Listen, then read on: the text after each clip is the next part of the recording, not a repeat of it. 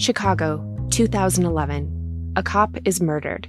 Police and prosecutors swear they have the trigger man. He swears he didn't do it. How far will each side go to prove they're right? Like it's just one bombshell after another, where you're like, what? The story of a PlayStation, a brain-eating amoeba, and the relentless pursuit of justice. Off Duty, out now. Listen wherever you get your podcasts.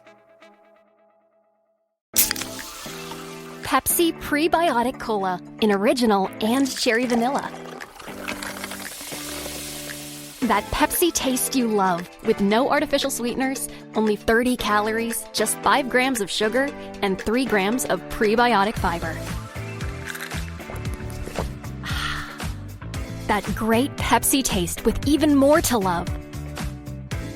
Pepsi Prebiotic Cola. Unbelievably Pepsi.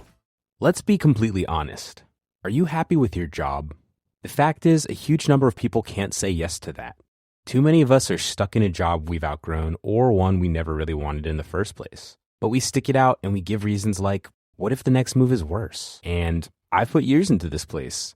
And maybe the most common one, isn't everyone miserable at work? But there's a difference between reasons for staying and excuses for not leaving. It's time to get unstuck. It's time for strawberry.me. They match you with a certified career coach who helps you get from where you are to where you want to be, either at your existing job or by helping you find a new one. Your coach helps clarify your goals, creates a plan, and keeps you accountable along the way. Go to strawberry.me/career and get 50% off your first coaching session. That's strawberry.me/career. Hello, everyone. Welcome back. This is Psych Legal Pop Podcast. This is a podcast where we talk about popular culture through the lens of a therapist and an attorney. I'm Tess Brigham. I'm the therapist. And I'm Brooke Brigham. I'm the attorney. And today we are talking about the TLC show Extreme Sisters. We're going to be talking about season 2, the one that just came out, and episodes 1 and 2. And if you have not watched the first season, we're going to fill you in on a bit of what happens in the first season. If you haven't watched it, I highly recommend watching it. I binged that over the weekend, and it was damn entertaining. It's easy to binge. It is very easy to binge, and it's a really interesting show. So, Brooke, I have to start this off by asking you this question. Yes. Do you feel like we're not close enough because we don't bathe together? No. Do you feel like we should be finishing each other's sentences or no, dressing like? I think we have very, very healthy boundaries. Yes, we do. And we don't like a lot of drama. No. I think we really got no time for it. Try to keep it drama free. No more drama, like Mary J. Blige says. Yeah. No, oh God. I mean, just the thought of some of this stuff. I mean, the stuff that you will see on this show. I'm just a little warning. Yeah. Trigger warning. It is disturbing. It is. Most of them. Some of them are worse than others, but I mean, some of the stuff is so disturbing. You're like, oh, I didn't need to see that. I didn't need to know that. We saw mental illness. We're seeing mental illness. Yeah. And then we're also seeing, lack of boundaries and some other things. But yeah, I'll be honest with you, I don't know anybody who has this kind of relationship with their sister. Me neither. And I don't like this indication. I think everybody on the show seems to think that, right, this is the best way to be. This is normal. Or this is normal, or this is what closeness looks like. Right. And it's like, no, just because you're naked together in a bath doesn't mean that you're truly close. There's got to be value in having boundaries and allowing people to live their own lives and make their own mistakes and not getting involved. I mean, real love is allowing to accept someone for who they are, and not trying to bend them to your will. So, boy. So this season, we were introduced to some new sisters, and then we have, as of right now, 2 sets of sisters that are back. Right. For the second season. So when we cover them, we'll talk a little bit about what happened in the first season, because I was very surprised. I expected them to do the TLC 90-day thing where it's like, oh, we got to listen to this whole story over again. But they really didn't. They kind of just whipped right through. Yeah, they could have used some recapping. Yes. The last season. Yes. You just watched it. It's fresh in your mind. But a lot of the stuff I'd forgotten until you reminded me. Yeah. All right. So we're going to start with the first set of sisters that we saw from the show, which are Ashley and Vee. Vee is 42 and Ashley is 35, and they are stepsisters. I guess 13 years ago, their parents started dating, and at first they really didn't like each other. I think Ashley was like, she said I was younger. She was 22 at the time. So, she, was like, who is this person? Why is this person coming into our world? My mom didn't have as much, I think it's her mom, doesn't have enough time for me. And Vee, who's a bit older, I think kind of felt the same way. And then one day, and this is what really brought them together, is that one day, Vee saw Ashley's boyfriend with another girl on social media. Booed up. On a Miami beach with another woman. And so Vee calls up Ashley and says, do you know that your man, where are you? First off, where are you? Are you in Miami? And she says, no. And she says, well, do you know that your boyfriend is booed up on the beach in Miami? And, Ashley felt like, you know what? Vee's really looking out for me. Yeah. And she's there. And that was the instant connection. Yeah. Which is interesting. It is. Well, sometimes that's all it takes. Yeah. Someone's got your back. Well, it's also interesting because usually, like, as we saw from 90 Day Fiancé, like, someone else might have been really offended by that.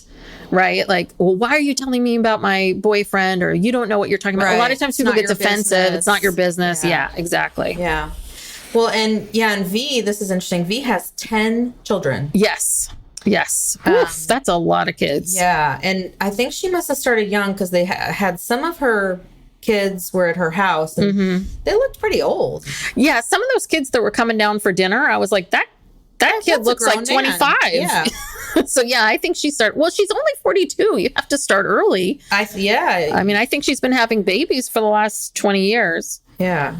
And Ashley has 2 boys. But she's desperate to have a little girl. Yeah. Well, I do want to backtrack here for a second, because the first scene that we see is Vee takes Ashley to get her vajayjay pierced, the VCH, and I was like, I have no idea what the VCH. Well, I'll tell you. Oh, is it? I think I know, but it stands for vertical clitoral hood piercing. Okay, I got 2 of those 4 letters. I knew the C was clitoral. Yeah, and I thought H was hood, but I didn't. I thought V meant vagina. Well, Vee, the sister Vee, she already has this. She had this done, and she highly recommended it to Ashley. Oh, yeah. And so they get to the piercing studio, which is called the Candy Shop. Yes. And they're regulars there because they were thrilled to see them. Yeah. Like, oh, hey, you're here. Yeah. And so Ashley lies down on this, contraption like she's getting a pap smear or something. Yeah. And Vee pulls a flashlight out of her purse and shines it in Ashley's naked crotch. And the piercer was horrified. The piercer, who looks up and into people's crevices all day long, was like, whoa, that's too far. Like, you violated my boundaries. I think the flashlight was helpful. I didn't see another light. I mean, she needs to see what she's doing. Yeah. Well, wow, that's an interesting thing to carry around with you. I mean, did she put it in her pocket thinking like, I'm going to need this later? Or I feel like Vee's the type of person who's always prepared. Yeah. She probably got 10 kids. She has a lot of stuff in her purse. Yes. Just in case she needs it. But, and when they show when she's getting it pierced. And that would be so painful. I would have thought she'd be like letting out blood curdling screams, but she really wasn't. She was kind of like, for a second. And then she looked like, oh, okay. And but she kept complaining that it hurt. She said it hurt, but I mean, she didn't have a huge physical reaction. I don't know. Well, I thought it seemed pretty calm. Yeah. Then she asked, like, when can I have sex again? And the piercer's like, well, 6 to 8 weeks. I don't think Vee told her that. No. Because I think Ashley was like, had a date later or something like that. I think she was like, wait, what? You know, I thought they were going to say like a week at the most. 6 to 8 weeks, that's a lot. That's a lot of time. But I mean, considering it's got to heal. Yeah, no, listen, I've never had a desire to do that ever. Oh, certainly not. I had my navel pierced, and, you know, after I got pregnant, I took it out and just never put it back in. And if I got that done, I don't think I'd want anyone with me. Or maybe someone to hold my hand on this side of the curtain kind of thing. I don't want anyone with a flashlight. No, well, that's how close they are. Yeah, they're very close. So every Sunday night, the family gets together. Vee cooks a huge dinner, and they have game night, I think. Yeah, like they watch play games. Or I thought they like watch whatever game, whatever football game. Oh, football. Okay. On TV. And Ashley, she had fibroids that got really, really bad. And so when she woke up in the hospital, she learned that she had no uterus, no fallopian tubes, but she has ovaries. Or how did she say fallopian tubes? Fallopian. Oh, I didn't. It was a very weird pronunciation. Yeah. And Vee has offered to carry a baby for Ashley because Ashley has 2 boys and wants a girl. And I think Vee says this. She says, Demetrius, who's Vee's husband. Yeah. She says, Demetrius is going to be livid. Yes. And then she has not discussed this with him. Mm-hmm. You know, she has just offered to do it without any discussion. And then... but it sounds like Vee did have some discussion with Demetrius. And I get the sense that Demetrius was like, no, I'm not comfortable with this. No. I know you're trying to help out your sister, but no. And then basically... the cameras are here. Yeah. And all the kids, there's a bunch of kids over. Mm-hmm. Everyone's kind of gathered around, and Vee announces to the family. Yeah, this is what I'm doing. Yeah. Oh, you're right. I have it written down here. Demetrius says they already talked about it, and he said no. And Vee's saying it's my body, and I'm doing it. Yeah. And that basically ended the first episode. And then when we go into episode 2, we get right back into the story where they're all sitting around the table and she's just dropped this bomb, and Demetrius is livid. Yeah. And her children are livid too. They all kind of got up and left. Yeah. They all left, you know, together. Yeah. Everyone's mad. Yeah. Well, and Demetrius, you know, it sounds like he doesn't want another man's DNA inside his woman. So that was interesting. I didn't think that was the thing that was going to bother him. Right. Yeah. But I because I'm with Demetrius on this, where yes, it's Vee's body, but you're in this relationship. This is your partner, and you two have to be on the same page on this. And it's a real, and to kind of just drop it as a bomb and say, this is what I'm doing. After he said, no, and in front of a camera, you know what I mean? It just felt like Demetrius, I can understand Demetrius being mad because I think he feels set up a little bit like, he's now very set up. Now here's a camera crew, and I'm going to tell you this thing, and now you have to just react to it. I mean, the look of shock on his face was just like, what, huh? Well, I heard this on another podcast. They were talking about it, and the host was saying that they looked up Vee on social media, and she has in her profile, it says heart attack survivor. Oh. So I think that this is also, if that's true, I mean, this is her on her social media. So if that's true, then I'm sure he's worried about her health. He doesn't want her to die. I mean, she is 42. She's had 10 kids and a heart attack. That's pushing it. Yeah. Yeah. That is really pushing your body, and she could die in childbirth. Or, you know, so I think that's the problem. Yeah. But why aren't these, but maybe we're going to learn. Maybe they'll talk about that later. But Vee, okay, so this was the other thing. Vee she's really sticking to her guns. Ashley says that she's feeling guilty. And So, and Demetrius gets into this whole thing of like, you're going to be the baby's mom, even though it's not your DNA. And he gets into that. But then something really weird happens because Demetrius gets mad because he feels like Ashley is making this all about her medical issues. This is what he says. He's like, Ashley's medical issues are her issues. Now it's becoming our problem because you can't carry a child. And V is very much like, she doesn't care what Demetrius thinks. And then he said this at the end. He said he thinks they have something going on. And that's why I was like, what is going on here? Because there's something very weird about what's happening here. And I didn't understand what he meant by something going on. As if, I think Demetrius thinks that maybe Ashley is pressuring V to do this, or I don't know what was, I don't know. It almost, and then I think this is when he then said, or maybe this is a preview for next week, which is, I think V and Ashley want to have a baby together. Oh. Not that they're lovers or whatever, but it's almost kind of like little project for them. Yeah, together. like a little project for the two of them together. So I really thought, I mean, I don't know if there's something more to that, but I just kind of ended on such a weird note. I think maybe he's just uncomfortable with their relationship. Like he does think they're too close. Because so far from what we've seen from them, the piercing aside, they seem kind of normal. Yeah, I was like, oh, these two are normal. Yeah, so maybe it's coming. Because this is Extreme Sisters. Yes. And maybe there's more to it. Like he's uncomfortable with how close they really are. Or that something's come out maybe out in the past where the two of them have like, aligned to do something that he didn't approve of or something like that. I don't know. I have to say, did you catch a glimpse of V's Christmas tree? No. Well, I liked looking at her home decor in general.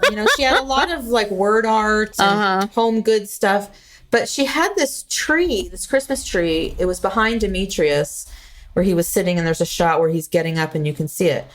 And it was so cool. It was like one of those trees where literally the entire tree is covered and you can't even see the tree. All you see are the ornaments, and she had these huge ornaments, like full-size dolls and just all this stuff. It was hard to make out all what was in there, but I don't know. I like V's style. Yeah, V looks like the kind of person that goes all out for the holidays. Yeah. She really does. Anyway. All right. Well, we've been avoiding this long enough. We've got to talk about Lucy and Anna, who are 36 and live in Perth, Australia. Identical twins. Yes. And they call themselves the world's most identical twins. Yes. So I think this is a thing for them. Yeah. They're trying very hard to be. Yeah. Apparently, they've been on some other shows. They were on Botched or something like that. I've heard people say that more than once. But what we learn in the first season of Extreme Sisters with Lucy and Anna is they have to do everything the same. And it's not just, we wear the same clothes and then we like to do the same things. It's the same to an extent where it's mental illness. Yeah, like every movement they make has to be the same. Like in the first season, they show one of them vacuuming, and then the other one is next to her pretending to vacuum, but using the same hand movements. And they count the number of times. Everything, they're always counting. Yes. Everything they do, it has to be the same number of times that they do it. Yeah. So if Anna, moves her arm up and down 5 times, Lucy has to do the same thing.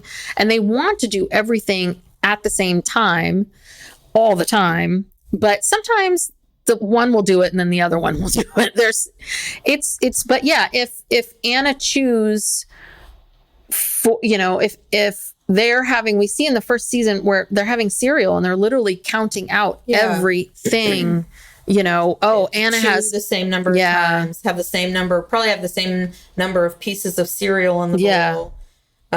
Same amount of milk. I bet you anything they're measuring that milk. Oh yeah. And so they have a boyfriend. They share a boyfriend, this guy, Ben. I don't know if Ben is a saint, a creep, bizarre, out of his mind. It's really hard to tell what's going on with Ben, but they have this partner, Ben, and they live together in a pretty good looking house. Again, I want to talk about how these people are affording these houses. They live in this really nice house together with Ben, and we meet her mother, and they've got an older sister that shows up in the first season as well. So we can just get right into what happens here. Yeah. So, okay. So we open up the first episode here with them. They're getting their hair cut. So they go into a salon and they immediately move the salon chairs together. They say, we have to be together. We have to be closer. That's too far apart. And they talk at the same time. Yeah. So I would say more than 50% of the time, they are saying the same thing at the same time. And I don't know if they just anticipate it or they finish each other's sentences or join in with it. I mean, they're always talking together. They're together. See, sometimes there's a little bit of a lag. Yeah. I swear to God, one is looking at the other one going, what are you going to say next? What are you going to say next? Together. She like gets the last word of the sentence. Yeah. So they tell the hairdresser that their hair has to be the same. They're very nervous about this haircut. Yeah. They want her to use a ruler. So she measures their hair, the length of their hair, and she finds that one of the twins is a half a centimeter longer than the other one. Now, a centimeter is very small. Yes. So a half a centimeter is even smaller. Even smaller. Really small. So, she's the ladies this poor hairdresser. them. And, she goes through the motions. Oh, and then she starts to cut, and they're counting the cuts. Yes. So she starts with one of them, and she's going snip, snip, snip, and they're going 1, 2, 3, 4, 5, and they're like, stop. Now, do 5 on her, and then she goes to the other twin, and they go 1, 2, 3, 4, 5, and so they go through this whole thing, and then this is one of the best things I've ever seen on TV. So at the end of the thing, they're interviewing the hairdresser by herself. Oh God, this hairdresser was gold. And she says, this is fucking crazy. Like, is it, I think, I don't know what she was referring to when she said this. I think, she was talking about the relationship with Ben. Yeah. They told her they have the same boyfriend. She says, is it like 1 pumps? Is it 2 pumps? And that's exactly what you and I were talking about when I told you about this, when we were talking about this show. I was like, I don't want to be graphic and get into their business, but like, how does that work? How do you have sex with the same man and everything has to be the same? Oh, you know that, he puts the same number of pumps into to both of them, like back to back. And then they have whatever he does to one, he's got to then do the exact same thing to the other one. And then the hairdresser says, like, I would never gobble the same dick as my sister.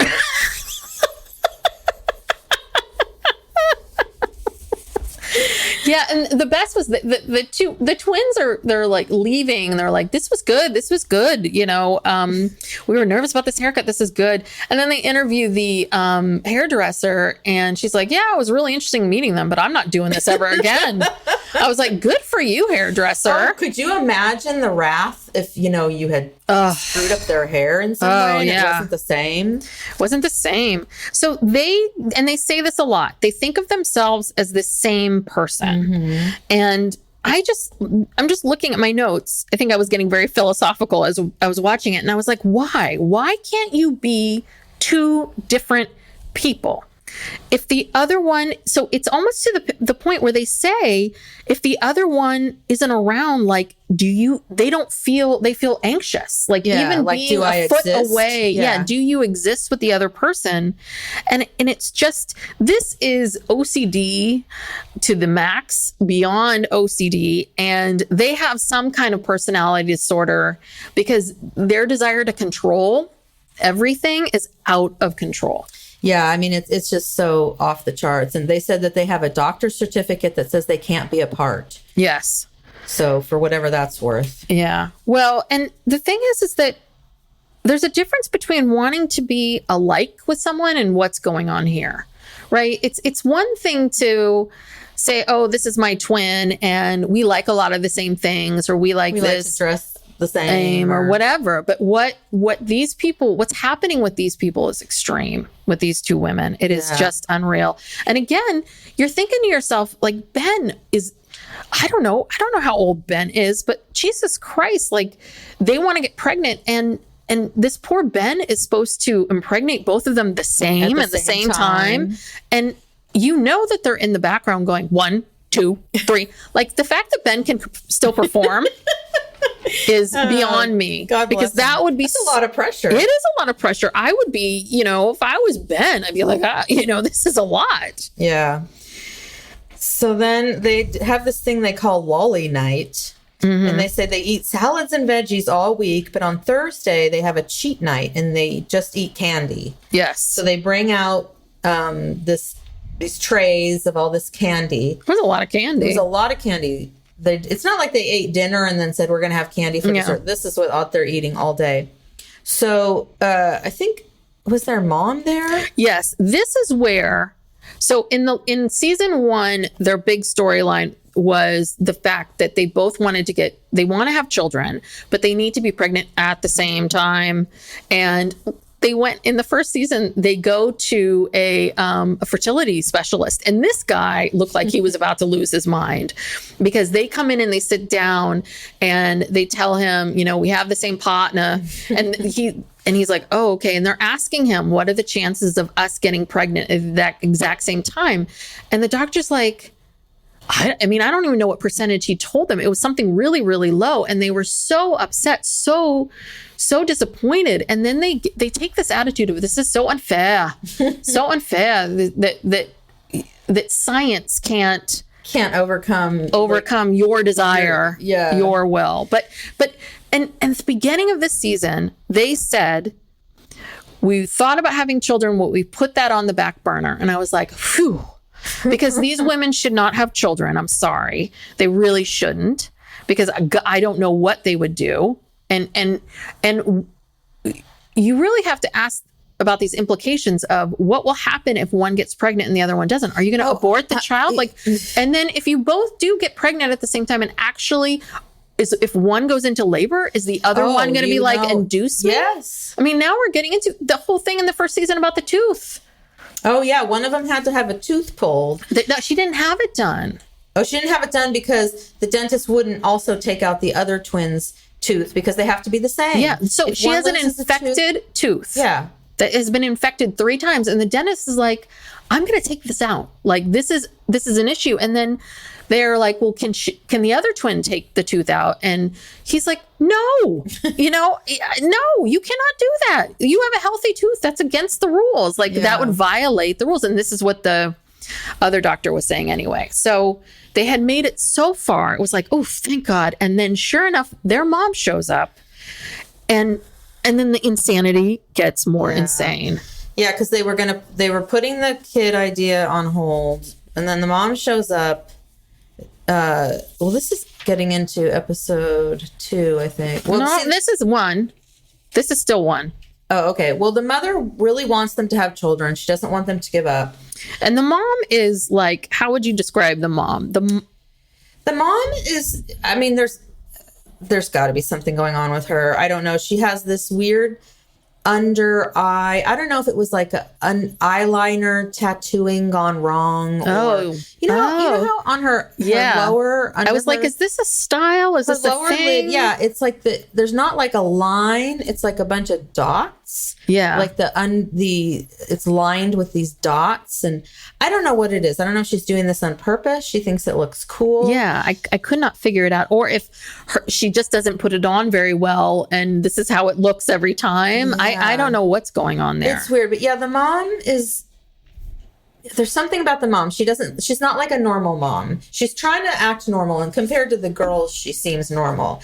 But you can tell that there's something off. Something off with her. I'm not quite sure what it is. I think in the first scene we see her of the first season, we see her come out, and it's like the middle of the day, and she's wearing like this fancy dress and like a fur coat. It's almost kind of like she was a starlet in the night when she was in her 20s, but it never really went anywhere, but she still thinks she's a star. Right. And so she still dresses like she, you know, is caught in the 1950s or something. Yeah, it's really weird. It's very fancy, and yeah, she's just sort of got this demure kind of, you know, way about her. Oh, wait. You know, I think you're right about the kids. Oh, you're right. This was in the second episode because she, oh, sorry. I was just reading I have so many angry notes where I'm like, you're denying what you want for this other person. This is mental illness. What is wrong with you? You know, anxiety, OCD. And so I just wanted to say this quick thing, which is, and this is why we keep saying this is mental illness, because something becomes a mental illness when not, you know, it's okay to dress like someone. Mm-hmm. It's different when it starts to interfere with your life and becomes unmanageable. And these women don't have jobs.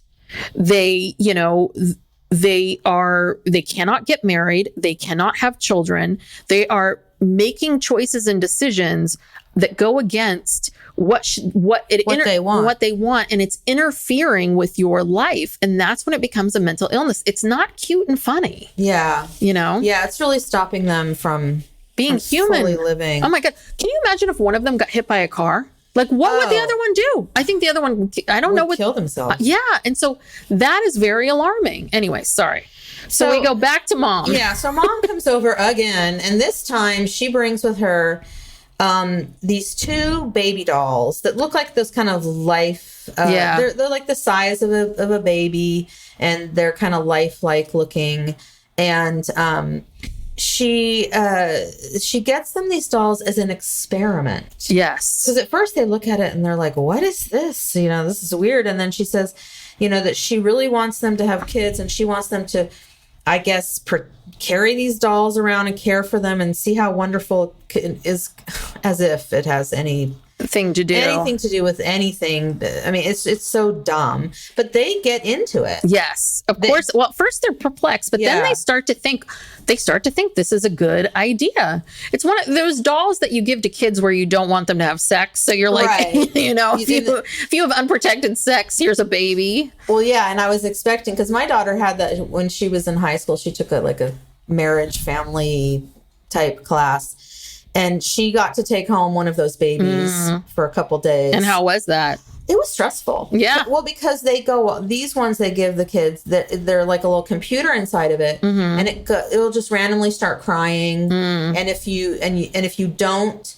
tend to the baby, then the crying will get louder. Oh, God. And I mean, it felt like it did feel like having a baby in the house. Did the crying go off in the middle of the night? Did. Oh my gosh. It did. And of course I woke up, and I get up, and I'm like going into her room. I'm like, and she's asleep.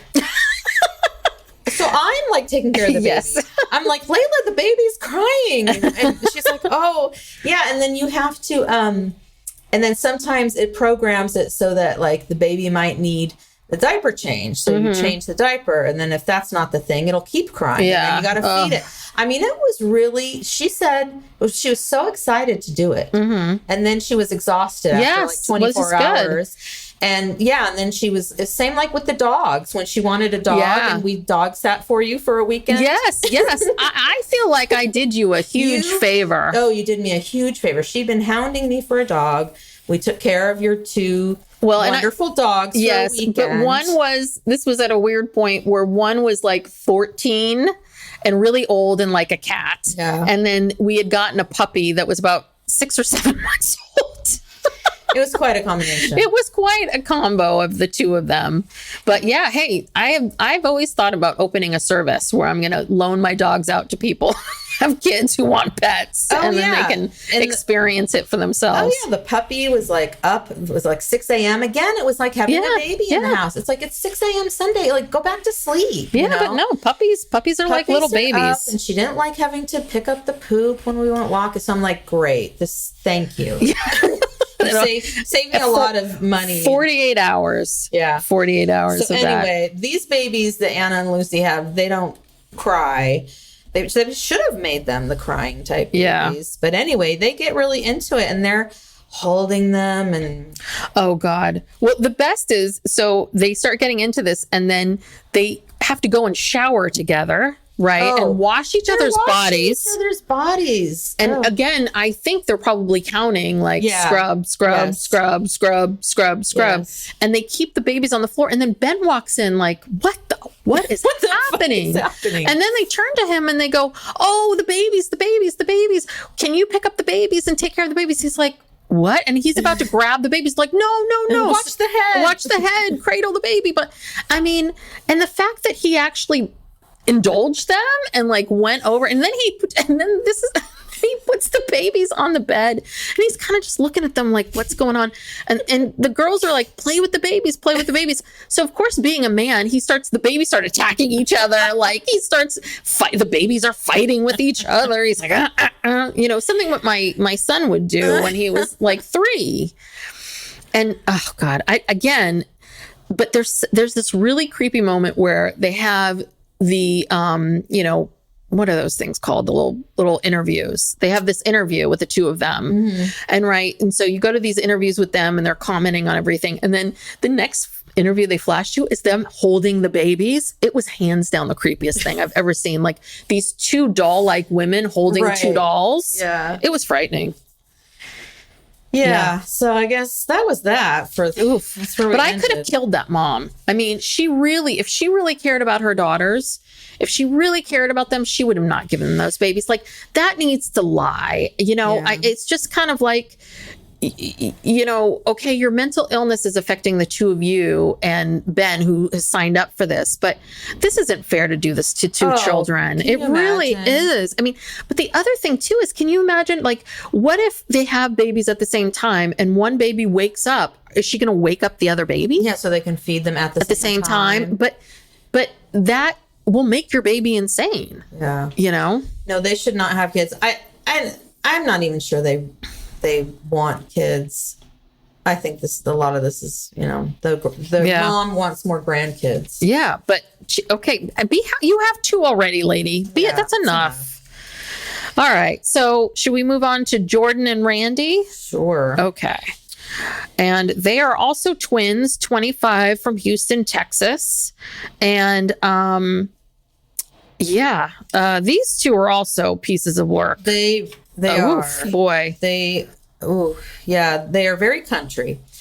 They grew up in Crockett, a small town in East Texas, lived in a log house that their mom and dad built. They're riding around. I think they called it a gator. Kind of looks like a country western golf cart or something. They're going around the property and they're dressed in camo. Yeah. It's kind of a fashion show. And one of them tells the story of that when their father, I guess in school, people always separate twins. Like that's what they do a lot, is having them in 2 different classes. And my son went to school with 2 identical twins. I still to this day cannot tell them apart. And they separated them into 2 different classes. And they tell this story about their father going in and being like, you can't separate my daughters, and marched in there and basically intimidated them so they can stay in the same class. And the thing is, it's just a little bit like, there's a reason why they separate twins. I mean, there's studies done and the psychology behind it and being your own person. And again, this is a little bit of this illness of like, no one's going to split us apart. Yeah. It's like, what your father did, isn't the best. Yeah. And maybe that's where this all started. I don't know. Well, yeah, they said, well, we used to take baths together, so we just kept going. Well, so did we. Yes. We took baths together when we were like under the age of, 8 or 7. I don't know when the last time we took a bath together, but it was... I think it was probably when I peed in the tub and you got so pissed. I remember that. And you told me afterwards. So I had to bathe in the pee in the tub, washed my hair in it. I was pissed. Mom was like, you were crying, and she's like, soaping up your hair. Yeah, I was a little bit of a troublemaker. Yes. This is a big sister, little sister thing. So, anywho. That was the end of our... That was the end of the And maybe this is what people needed to. Again, I am doing so many services for so many people. You are. I've spared you. We don't bathe together, and now you don't have a dog. Right. There we go. Thank you. All right. So these two are in this whole situation. So they moved to Houston at the same time, but they're country at heart. And then they show their house. And I want to know how they afford this house. This is a good looking house. Is this in Houston proper? I don't know, but do you think it's huge really and modern? Well, it's because, so Jordan is the one who's they're married to twins. Yes. Well, no. This is the big thing. One is married to a twin, right. And the other one's dating. So it could be, Jordan is married to Daniel. It could be that he has a really good job. I guess so. I think that this is his house. Yeah. Where, this is their marital house. But he has a twin brother named Derek, and he is Randi's boyfriend. Yes. And they want Jordan and Randi want Derek and Randi to get married and everybody move in together into this house. And the guys are like, I love my brother and everything, but I don't want to do that. They're not. Yeah. They basically said we're not as close. And Derek, who's Randi's boyfriend, has been very much like, okay, just because my brother decided to marry Jordan and was ready for that doesn't mean that I'm ready for it or it's what I want. And then I guess Randi, the one that's not married, is moving in with Jordan and Daniel, but they want Derek to move in too, but he can't do it until he can't move in too until they're engaged or married. Yeah, she's waiting for Derek to propose, and then then all four will be living there together. But again, the guys don't want to do that. This is just, I feel like Jordan and Randi, they just have this attitude like, we get what we want. Yeah. They can say that now. But ultimately they get what they want. And we see that later in the second episode where they go to the ring store. Yeah. Okay. So before we get to that, this is the other thing that I want to know. They definitely both have Botox, right? They've done their lips. Yeah. They're very filled. How, again, maybe I'm spending my money wrong. I want to get Botox. Well, that's not Botox. That's fillers. That's fillers. Now, is that less expensive than Botox? Because I feel like how all these 25-year-olds affording all this Botox? Well, and it's so common now. I mean, they have so many day spas, med spas, all this. I know. It's really not that expensive. I guess not. I guess in my mind, I always thought of it as something that's like very pricey and when very. It first came out, I'm sure it was, but no, it's very accessible. I think it's just like something people do, like going to get a manicure, pedicure. Yeah. Well, I know, that Sex and the City line, mani-pedi, Botox. But so would you really trust to go, like, I see those on Groupon all the time, right? Like, I just don't know. I don't know if I could just go. That hard, Tess. Literally, they so Botox, this is my understanding. I've never done any of this, but Botox is for like trying to, because it paralyzes. It kind of like gets rid of these wrinkles, these deep lines here. And then the filler pumps it up. So that's where you plump up the lips, your face, so that's why they have that look on their face like it's just all smooth, because it's just injected, so it's all uniform, because a normal face has indentations and hills and valleys and whatever. All right, so they just smooth it all out. When I show up to the podcast, like, hello, I can't move my mouth or my face. I've gone.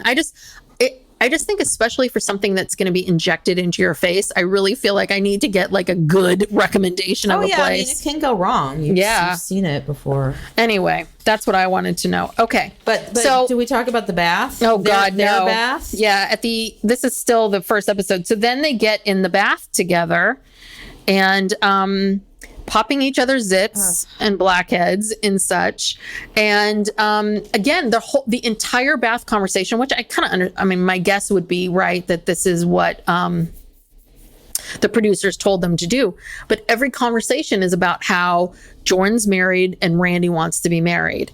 And getting which twin is this, and getting Derek to propose.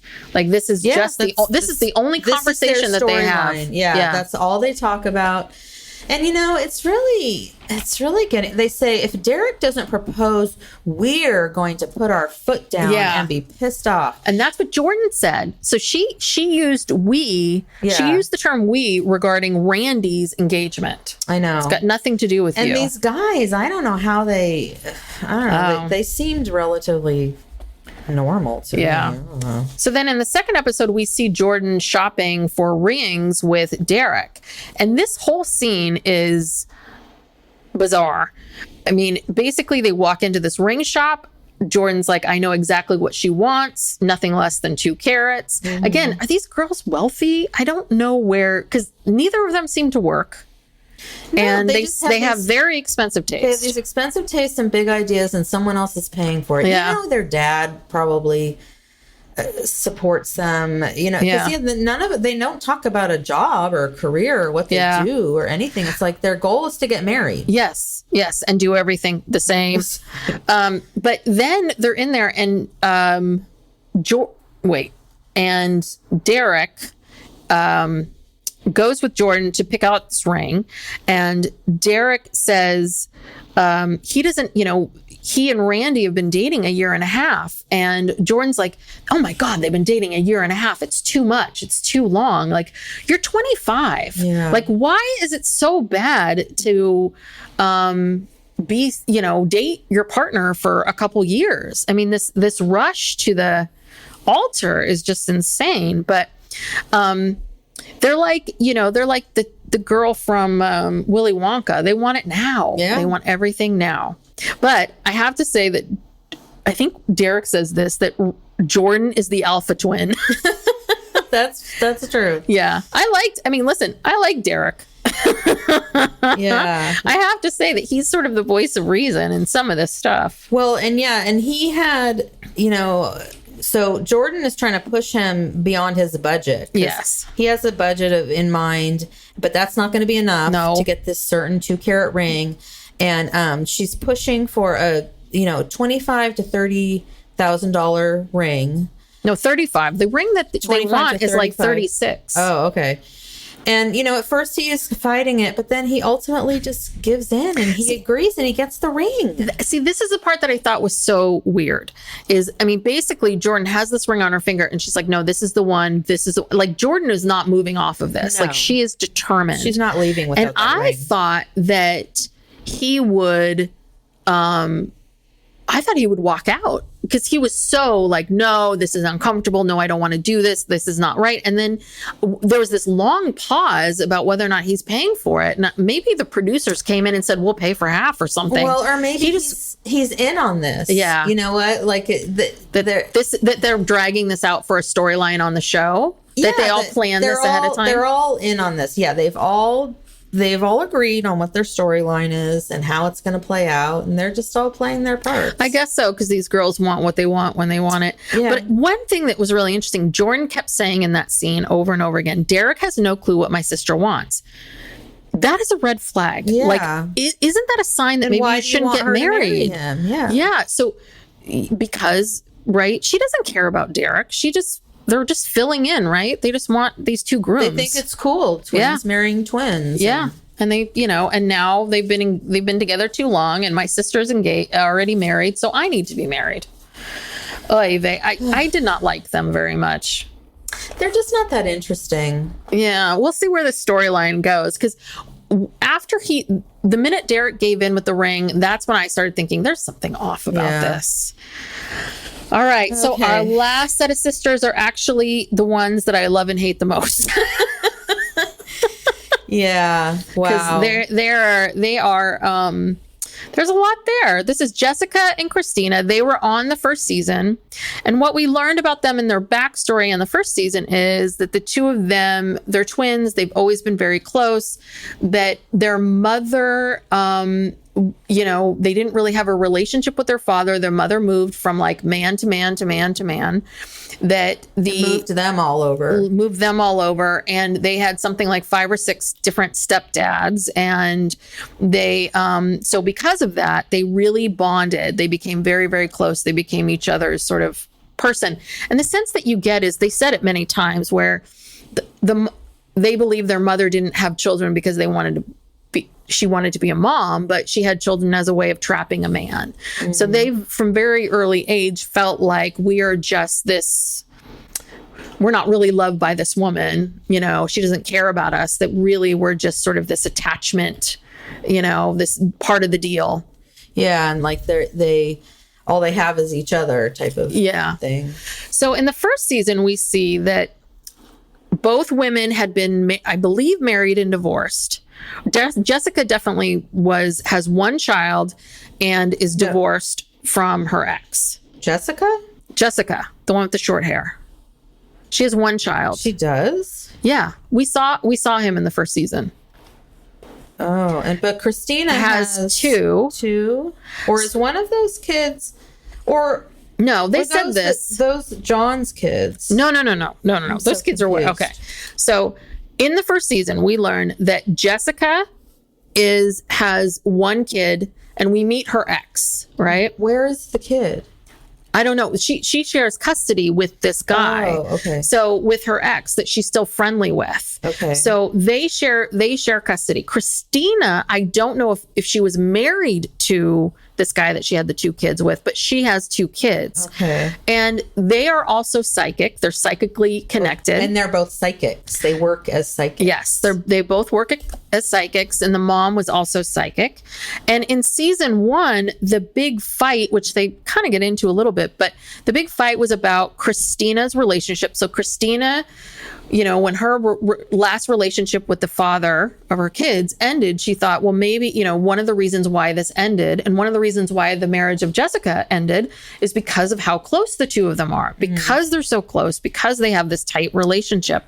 And Christina started thinking to herself, maybe this is the reason why my relationships aren't working. And so Christina started dating this guy John, who's like 24, he may be 25 now, but this young guy, and she starts dating him. And I think that she wasn't being as open and didn't have as much time for Jessica.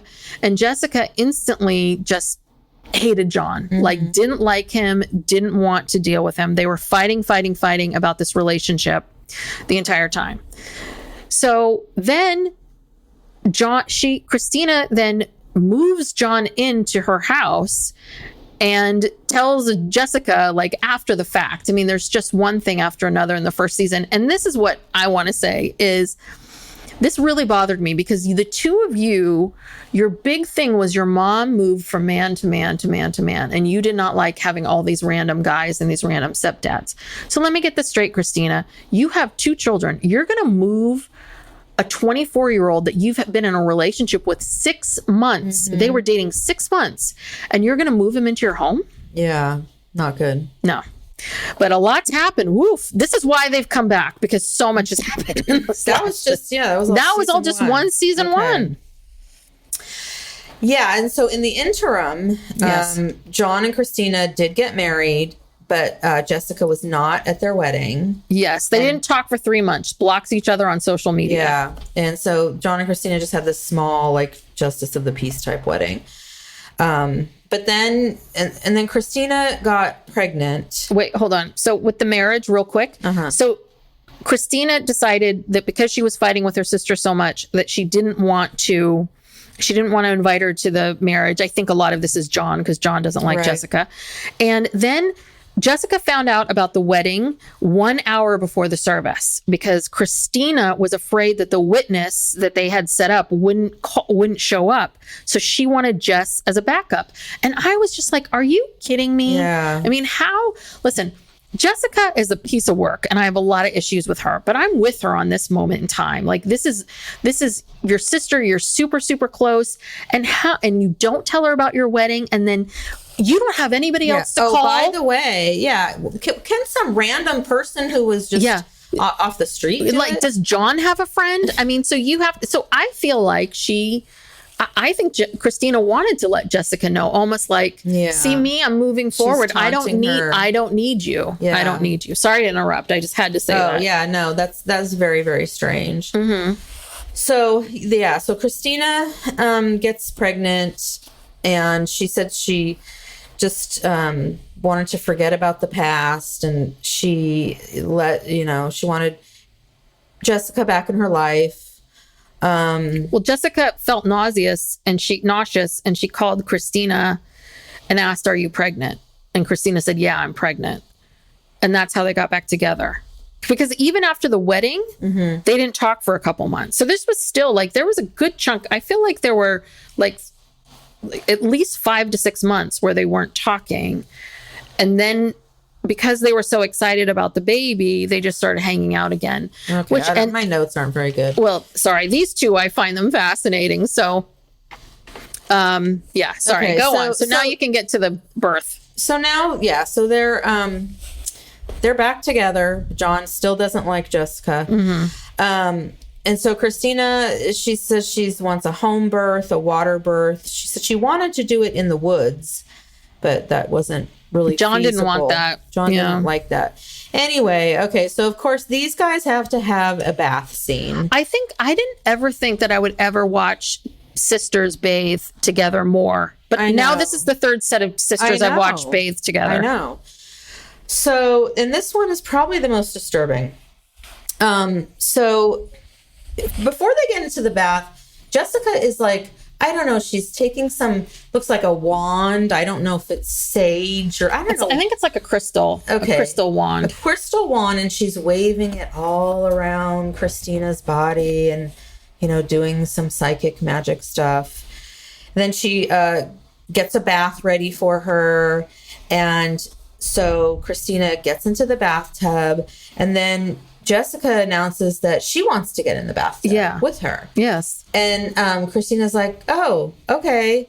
And then Jess says, oh, but I'm on my period. Oh, yeah. And why did we need to see that? Oh, and it gets worse. I mean, Christina says, okay, we'll just put in a tampon. So now, mind you, there's a cameraman in the room who is seeing both of them completely naked. Then he sees Jessica go to the drawer and get a tampon and put a tampon in. She put a tampon in front of the producer, the cameraman, whatever, and they just kind of blurred it out.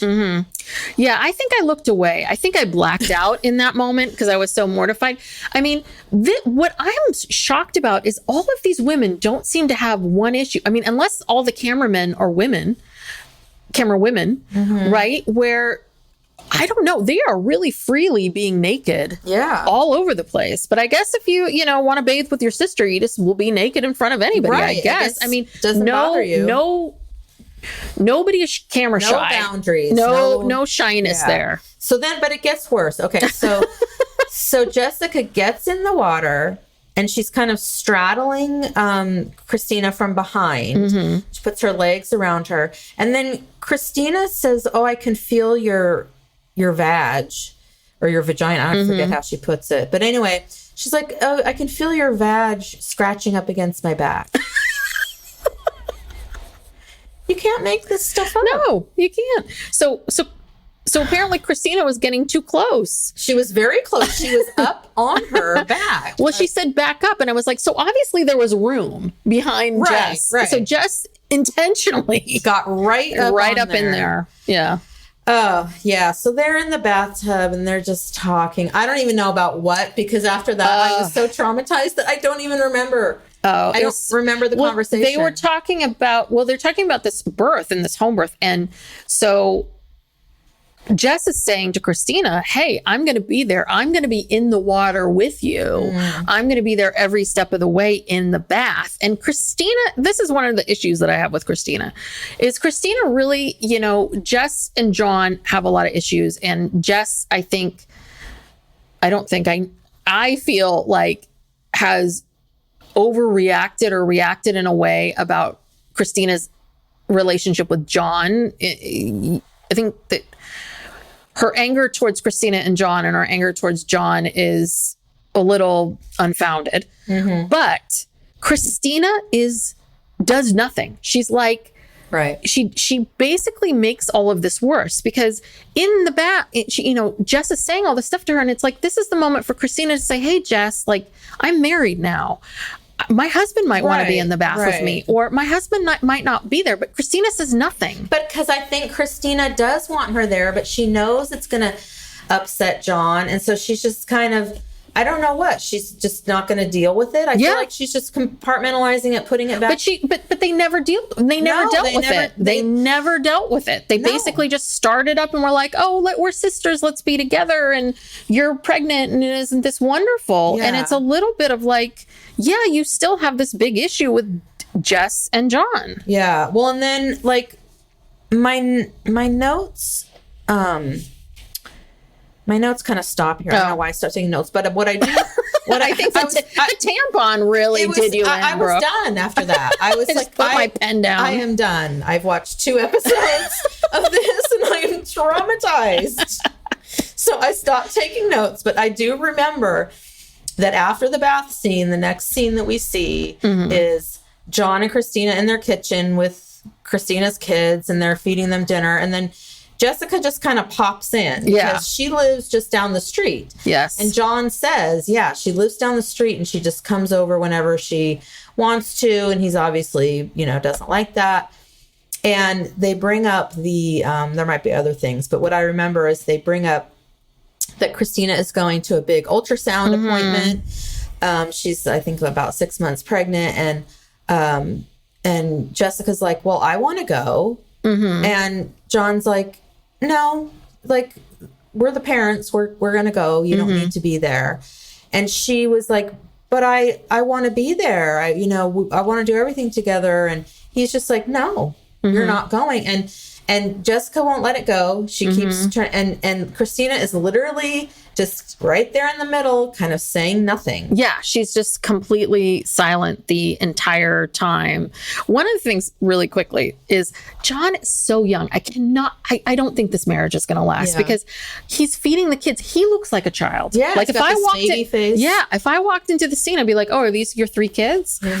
But the best is, this is the best. So yeah, Christina's silent. John and Jess are going at it about this ultrasound. She's saying nothing. And then John does the Kelly Ben Simone, I'm up here, you're down there speech. I mean, really delivers it. Because basically what he says to her is, I'm up here because I'm the husband I'm the father and I'm the husband, and you're way down here because you're the sister. And they get so they get into the weeds about this stuff because, again, it really is on Christine to set the limits and say, John, this is really important for me to have my sister, or no, Jessica, we've talked about this. Like, no, you can't come. We'll show you pictures from the sonogram. We'll, do this for you and do that for you. And this has been this huge thing is Jessica feels so sure of herself, so sure that like John's wrong for her. And honestly, it's because I don't think that Jessica doesn't want her sister to have love. I think Jessica doesn't want her sister to love someone more than she loves her. And so, and that was the issue with why her marriage broke up. Jessica's marriage broke up, and her ex was really, really clear. Like, this is why you guys spent too much time together. You cut me out, and it was too much. Yeah, I mean, Jessica doesn't want her sister to be with anyone who's not going to put up with this shit. Yes. And you know what? 99% of men are not going to put up with this shit. There might be some percentage of, well, last year with guys out there. The husband of Patrice, Patrice, like that guy Ron, I think he handled, I thought he handled it the best.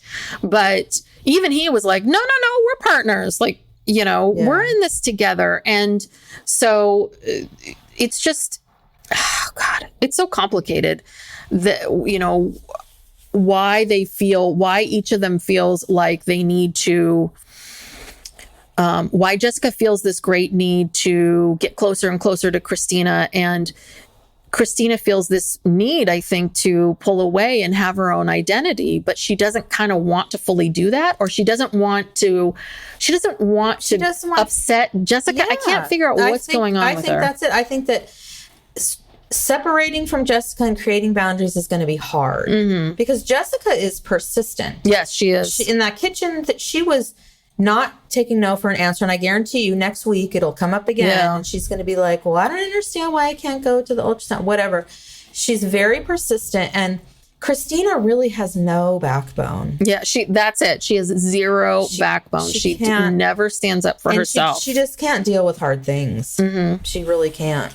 Yeah, and I think that Jessica liked being in this relationship. Jessica's the alpha twin, and I think Jessica likes being the alpha twin. And one of the big issues from the first season was that they make a living as psychics, but Christina told John that she was a life coach. Oh yeah, I remember she was afraid to tell. She was afraid to tell him really what was going on. Because he would think she was a cuckoo. Yeah. Well, and I was with Jessica on that because she felt like, oh, John's not seeing the real you. And listen, if this is your partner and you're living with them now, they need to know what your job is. Right. And you can't be afraid to tell them, and you can't be afraid of their judgment of you for what you do. And if they are judging what you're doing, then maybe they're not right. But I think much to Jessica's chagrin, John he was fine with it. He was like, okay, you're psychic. Okay, fine. Okay, great. Okay. Yeah. I think John's been kind of along the way. I don't particularly like John. I think. But he's not like a bad person. He's not a bad person. He's just young. I just feel like I'm annoyed with her because she did exactly what her mother did, and moving someone in after 6 months. You shouldn't be living with someone after 6 months. I'm sorry. You got to give it at least a year. And the fact that you have kids. And you have kids. And the fact that this age range, it's not like 65 and 54 or something, like 24, 25 and 38. That's a lot of living. There's a lot of living in between. So, and as if we haven't been grossed out enough this past hour and whatever. Yeah. Did you see on the first season the pang? Okay. So yes, I did. And I didn't, because you mentioned this to me when I told you about watching the series. You're like, have you gotten to pang? And I'm like, what's pang? So, but I feel like I got pang mixed up with something else. I think I thought pang was about the two of them going out in that van at night. The ex-husband of Jessica was like, every night the two of you would go out into this van together and just talk for hours. Yeah. And that was really that was a lot for him because this is the time for him to be with his wife. But that's not pang. That's not pang. All right, what's pang? Okay, so because they're so close, and they do these weird things, they like to be on their periods at around the same time. Well, yes and no. I think Jessica wants to be on the same cycle as Christina. Right. So, so they believe that, if they get, God, Brooke's having a really hard time. Explain this? It's like, how do I explain this? Sometimes probably mainly Jessica, when Jessica feels like she wants her period to start, or if Christina's on her period, Jessica wants to be on her period. I think it's more driven by Jessica. Yeah. So they believe that, if one of them wants to start their period, they need to get the pheromones from the other twin to stimulate that, get that going. So what they do is the one who's on their period sits down, and then the other one puts their head in their lap, so they can get all of they call it pheromones, but then they're talking about the smells and the this and that. And I mean, it's like the way they describe it is really, really gross, but they claim it works, and then, yeah, like, why do you need to be on your period at the same time? Why would you want to start your period? Like, I don't think that's something to look forward to. Yeah. Well, but again, it's back to the same. We need to be the same. It's that same thing where Jessica doesn't want Christina to have an experience that without her and without her input and without any of that. And I'm sure Anna and Lucy probably do the same thing. Oh God, because they have to be on their period at the same time. I think the hairdresser asked them that, and they said yes. Yeah. Same time. I don't know how they do it, but this is what Christina and Jessica do, and they've named it pang.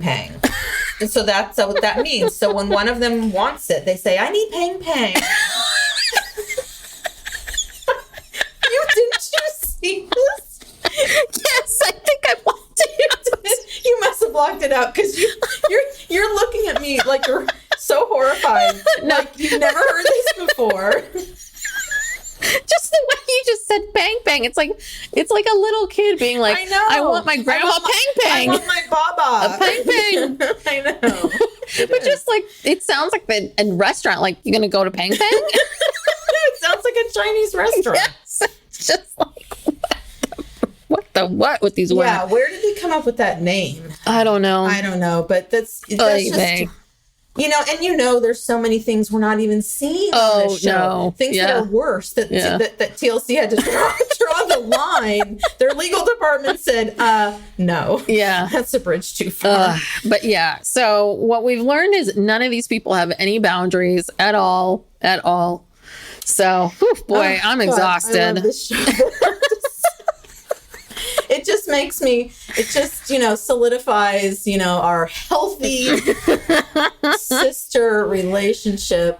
God bless us. Yeah. I don't know if our parents, do you really think that our parents, if we started to display these things, definitely our father would be like, what the hell are you two doing? Like, why are you doing everything together? I don't know. I mean, and again, I think that there's something to be said. I think people have always, I don't know if it's what is that word? Fetishize being twins and like having twins dress alike. Yeah. And this is just this extreme, like, this is what happens. Well, because the majority of the people on this show are twins. And there's actually a set of triplets that we're going to meet next week. And they look like they've had a lot of plastic surgery. I am not going where they went. These girls are in their early 20s. Yeah. And they are beyond Kardashian. I mean, their lips are huge. And their boobs are huge. And they're tiny little girls. Yeah. Like, they have the long, dark hair. Yeah. And they're trying to be Kardashians, and they just look like clowns. Like, bad. That's bad. Yes, I said I'm not going to wherever they went. No. All right. I think we need to wrap this up. If you've made it this far, thank you so much. If you survived all of this, if you've survived pang pang, you've made it here. I'm sorry if I've disturbed anybody. So please, if you like this podcast, please subscribe, tell a friend, tell 5 or 6 friends. We would love the subscriptions. Please give us a 5-star review and write a note. We've gotten some really nice reviews lately, and we really appreciate it. If you have any questions or want some input on the shows that we cover, if you're like, no more pang pang, or please don't talk about these sisters anymore. Never talk about that again. We'd love to get your feedback. So psychlegalpoppodcast@gmail.com. And I think that's it. Yeah. Yeah. Is there more? I don't know. I'm in another place now. Yeah. I don't know. This has to end. We need to just say goodbye. Okay. All right. Bye. Bye.